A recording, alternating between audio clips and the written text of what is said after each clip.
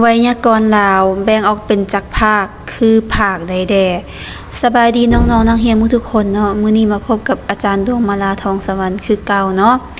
ก่อนอื่นต้องบอกว่าก่อนที่ว่าเราจะสามารถเข้าใจภาษาลาวได้นะเราต้องเข้าใจไวยากรณ์ของลาวก่อนเพราะว่าถ้าเราเข้าใจในแต่ละภาคไปเลยนะมันจะเฮ็ดให้การเรียนรู้ของภาษาลาวของเรามันง่ายขึ้นและเข้าใจยิ่งขึ้นโดยเฉพาะนักเรียนที่ว่าจะไปเป็นนักเรียนเก่งจะต้องเข้าใจภาคของไวยากรณ์เนาะไวยากรณ์ลาวแบ่งออกเป็น4ภาคคือ1แม่นภาคอักขระวิถี2แม่นภาควจีวิภาค3แม่นภาควากญสัมพันธ์และ4แม่นภาคสันทกวีก่อนที่เราจะมาลงลึกแต่ละภาคอาจารย์ขออนุญาตเสนออีบุ๊กที่ว่าอาจารย์มีในณตอนนี้เนาะต้องย้ำไว้ก่อนว่าอีบุ๊กของอาจารย์จะบ่ได้เป็นปึ้มหรือว่าเป็นเอกสารแต่ว่าจะเป็นหนังสืออิเล็กทรอนิกส์เนาะสำหรับผู้ใดสนใจแม่นจะได้แต่เป็นอีบุ๊กที่ว่าเข้าไปอ่านได้หรือว่าจะได้เป็นไฟล์ PDF เท่านั้นแต่ว่าจะบ่ได้เป็นปึ้มเนาะ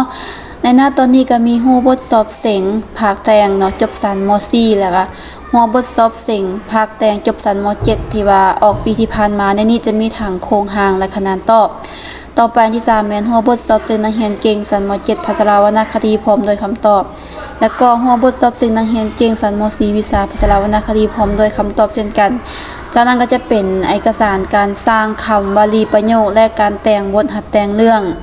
อันสุดท้ายมันจะเป็นบทพรรณนาเนาะในนี้ก็จะมีบทพรรณนาวัตถุสิ่งของพรรณนาสัตว์พรรณนาคนแล้วก็พรรณนาทิวทัศน์ธรรมศาสตร์สำหรับผู้ใดที่สนใจแม่นให้สามารถทักหาเบอร์78716175เท่านั้นเด้อบัดนี้เฮามาเข้าสู่บทเรียนเฮาเนาะเริ่มจากภาคที่1แม่นภาคอักขระวิถีเนาะภาคอักขระวิถีแม่นเฮาจะเรียนเกี่ยวกับเสียงในภาษาลาวพยัญชนะลาวสระลาววรรณยุกต์การใช้เครื่องหมายวรรคตัวเลขลาวและการนับวิธีการผสมอักษรการแปลงอักษรและแปลงคำการสนธิการใช้อักษรย่อการใช้อักษรสูงอักษรต่ำการใช้สระเสียงสั้นเสียงยาวการใช้สระไอไม้ไล่สระไอไม้ม่วนและวิธีการสะกดคำในภาษาลาว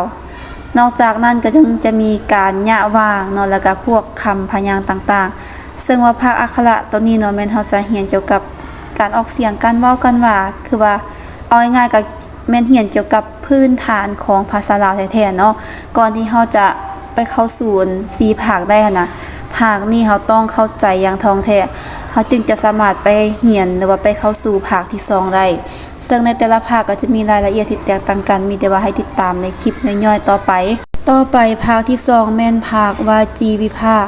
ตัวนี้แม่นเฮาจะเรียนเกี่ยวกับประเภทเกี่ยวกับชนิดของคำในภาษาลาวและก็ประเภทของคำในภาษาลาวนอกจากนั้นก็ยังจะเรียนเกี่ยวกับเครื่องหมายของคำและหน้าที่ของคำต่างๆที่ว่าเฮาเขียนอยู่ในประโยคต่างๆเนาะอันนี้เป็นภาคที่2ภาควาจีวิภาคหลังจากเข้าใจภาคที่1แล้วเฮามาเข้าสู่ภาคที่2ตัวนี้เฮาต้องได้เรียนรู้ซึมซับแต่ละข้อไปเนาะคือชนิดของคำในภาษาลาวนี่ก็มีหลายเนาะประเภทก็เช่นเดียวกันดังนั้นเวลาที่เฮาจะศึกษาเราต้องเข้าไปลงลึกตื่มอีกให้ติดตามในคลิปย่อยต่อไปคือกันต่อไปแม่นภาคที่3ก็คือภาควากญสัมพันธ์ตัวนี้แม่นเฮาจะเรียนเกี่ยวกับการใช้ถ้อยคำและวลีเนาะต่อไปแม่นเรียนเกี่ยวกับประโยคอันที่3แม่นเรียนภาคส่วนของประโยค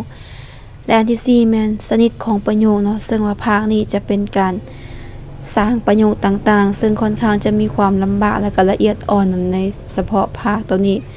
ซึ่งว่าเฮาจะได้ลงลึกอยู่ในขั้นตอนต่อไปคือกันต่อไปแม่นภาคสุดท้ายเนาะภาคสันทกวีหรือว่า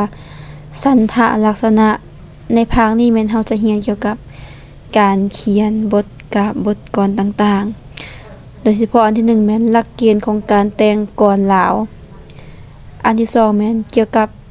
หลักการสัมผัสและอันที่3แม่นประเภทของคำกลลาวเนาะ